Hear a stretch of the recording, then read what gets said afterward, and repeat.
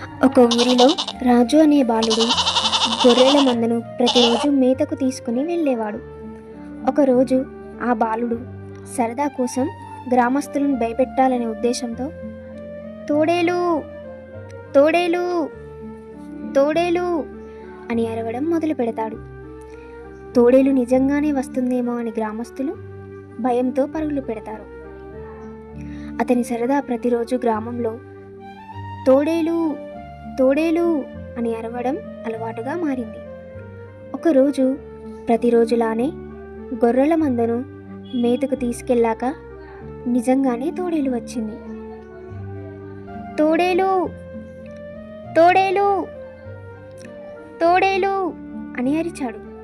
గ్రామస్తులు ఎవరూ రాలేరు. ఆ బాలుడు తోడేలు చేతిలో చంపబడ్డాడు. ఈ కథ ద్వారా మనం తెలుసుకోవాల్సింది ఏంటంటే, సరదా కోసం కూడా ఎప్పుడూ అబద్ధాలు చెప్పకూడదు.